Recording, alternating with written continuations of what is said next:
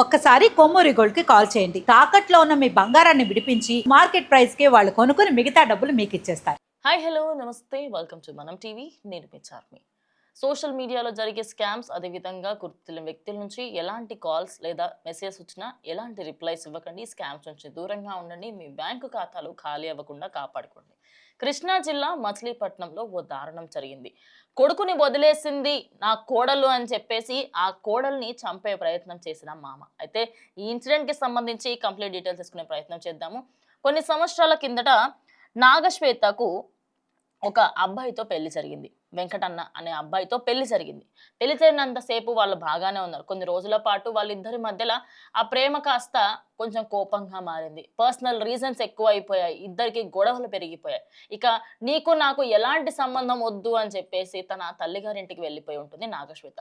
ఇక అటు నా కొడుకుని ఒంటరి వాడిని చేశావు అన్న కోపంతోని తాను ఇంటి బయట కూర్చున్న సమయంలో దగ్గరలో ఉన్న కొబ్బరి బొండం దగ్గర ఉన్న కత్తిని తీసుకొని ఆయన తనని నరికే ప్రయత్నం చేశాడు.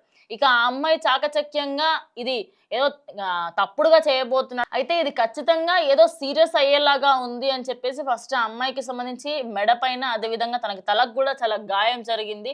తాను ఇప్పుడు ఇదా నేను నా సైడ్ నుంచి నేను కొంచెం స్ట్రాంగ్ గా ఉండాలి అని చెప్పేసి తన చెయ్యి అడ్డం పెట్టుకోవడంతో అప్పటికప్పుడు అక్కడ ఉన్న స్థానికులంతా కూడా రావడం, అదేవిధంగా వాళ్ళ పేరెంట్స్ అందరూ కూడా బయటకు వచ్చి ఇక ఈ వ్యక్తికి సంబంధించి అక్కడే దగ్గరలో పోలీస్ స్టేషన్ ఉంటే పోలీసులు కూడా అక్కడికి తొందరగా వచ్చేసి ఆయనైతే పట్టుకోవడం జరిగింది. అయితే ఈ ఇన్సిడెంట్ కి సంబంధించి వీళ్ళిద్దరికీ ఎవరెవరైతే ముందు నుంచి వాళ్ళ అనుబంధాన్ని చూస్తూ ఉన్నారు, అసలు ఎందుకు విడిపోయారు ఏంటి అని చెప్పేసి ఎంత విడిపోవాలనుకున్నప్పటికీ వాళ్ళకి లేని బాధ అసలు ఈ మామ ఎందుకు ఇందులో ఇన్వాల్వ్ అయ్యాడు అని చెప్పేసి ఇంకొంతమంది మాట్లాడుతూ ఉన్నారు.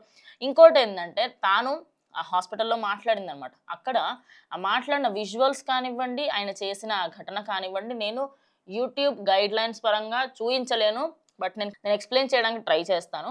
సో అమ్మాయి నార్మల్గా ఇంటి బయట కూర్చున్న వెంటనే ఆయన అక్కడ దూరం నుంచి వచ్చి తనని మెడపైన, అదేవిధంగా తలకి ఆ కత్తితోని కోసే ప్రయత్నం చేశాడు. ఇక అప్పటికప్పుడు ఆ అమ్మాయి అరవడంతో తన చేతికి, అదేవిధంగా ఇప్పుడు హాస్పిటల్లో చికిత్స పొందుతుంది. ప్రభుత్వ హాస్పిటల్కి అయితే అప్పటికప్పుడు తీసుకెళ్లడం జరిగింది. ఇక వాళ్ళ పేరెంట్స్ అందరూ కూడా ఈయన ఖచ్చితంగా కఠిన చర్యలు తీసుకోవాలి అని చెప్పేసి కూడా వాళ్ళు మాట్లాడుతూ ఉన్నారు.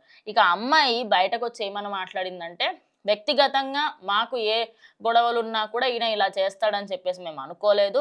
ఎలా దాడి చేశారు ఈయనకు సంబంధించి ఆయన కోడల్ని అని చూడకూడా మా మామయ్య వచ్చి నన్ను ఇలా చేయడం నాకు చాలా బాధాకరంగా ఉంది. మాకు సంబంధించి ఎన్ని గొడవలు ఉన్నా కూడా మేము మళ్ళీ చూసుకుంటామంటగా వాళ్ళ పేరెంట్స్ అందరూ కూడా మాట్లాడుతారు. ఇక వాళ్ళ పేరెంట్స్కి సంబంధించి వాళ్ళందరూ కూడా ఏం చెప్తున్నారంటే, అసలు ఈ వ్యక్తి ఎవరైతే ఉన్నారో ఆయనకి ఎంత కోపం ఉన్నప్పటికీ కూడా నీ కొడుకుని విడాకులు తీసుకోమని చెప్పు, లేదంటే ఇంకో పెళ్లి చేసుకోమని చెప్పు, అలా కాకుండా నీ కోడల్ని చంపే అర్హత నీకు ఎవరిచ్చారు అని చెప్పేసి కూడా ఇప్పుడు అందరూ కూడా మాట్లాడుకుంటున్నారు. మరి ఈ ఘటనకి సంబంధించి చాలా మంది కొంచెం కోపంగానే ఉంది. ఎందుకంటే ఇది ఒకానొక సందర్భంలో ఒక ఇన్సిడెంట్ జరిగింది. దాని తర్వాత మళ్ళీ ఇప్పుడే చూస్తున్నాము అది ప్రేమ వ్యవహారం. ఇది పెళ్లి అరేంజ్ మ్యారేజ్ అంట. మరి అరేంజ్ మ్యారేజ్ చేసుకున్నారు, మరి చిన్న చిన్న గొడవలు వచ్చి ఇంటికి వచ్చారు. సరే 3 ఏళ్ల నుంచి అక్కడే ఉంటుంది ఇంట్లో. ఇన్ని సంవత్సరాలు లేని బాధ ఇప్పుడెందుకు వచ్చింది? ఇన్ని సంవత్సరాలు వదిలేసినట్టు ఇప్పుడు కూడా వదిలేసి ఉండొచ్చు కదా. మరి కొడుకు మీద ఈ పుత్రోత్సాహం ఇప్పుడెందుకు వస్తుంది, ముందెందుకు రాలేదు అని చెప్పేసి అమ్మాయి వాళ్ళ మదర్ ఎవరైతే ఉంటారో తాను ప్రశ్నించింది. ఇంకోటి ఏంటంటే, ఈ అమ్మాయి మంచిగా చదువుకొని ఉద్యోగం చేసే అవకాశాలు ఇవన్నీ కూడా అన్ని ఉన్నప్పటికీ తన లైఫ్ని అంతా కూడా సాక్రిఫైస్ చేసి వాళ్ళ దగ్గరికి వెళ్తుంది. మరి ఎక్కడ మరి పిల్లల విషయంలో ప్రాబ్లం వచ్చిందా, అంటే పిల్లలు కనలేకపోయిందా, అంటే ఎక్కడ ఏం ప్రాబ్లం ఉంది ఏమీ తెలీదు. అమ్మాయికి సంబంధించి ప్రాబ్లం ఉందా, లేకుంటే అబ్బాయికి వేరే ఇతరితర ఏమైనా ప్రాబ్లమ్స్ ఉన్నాయా ఏంటనేది ఎలాంటి క్లారిటీ లేదు.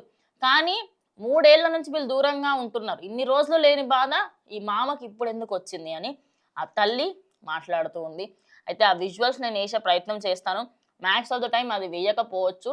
కానీ మచిలీపట్నం జరిగిన ఈ ఇన్సిడెంట్ తర్వాత మాత్రం చాలామంది ఎవరెవరైతే ఈ హత్యలు చేయాలి ఇదంతా అనుకుంటున్నారో వాళ్ళకి స్ట్రిక్ట్ యాక్షన్ తీసుకోవాలని కూడా వాళ్ళ పేరెంట్స్ అయితే కోరుకుంటున్నారు. మరి మీరేమనుకుంటున్నారు? ఈ ఘటనకు సంబంధించి ఆయనకి ఎలాంటి శిక్ష పడాలని కూడా కమెంట్ చేయండి.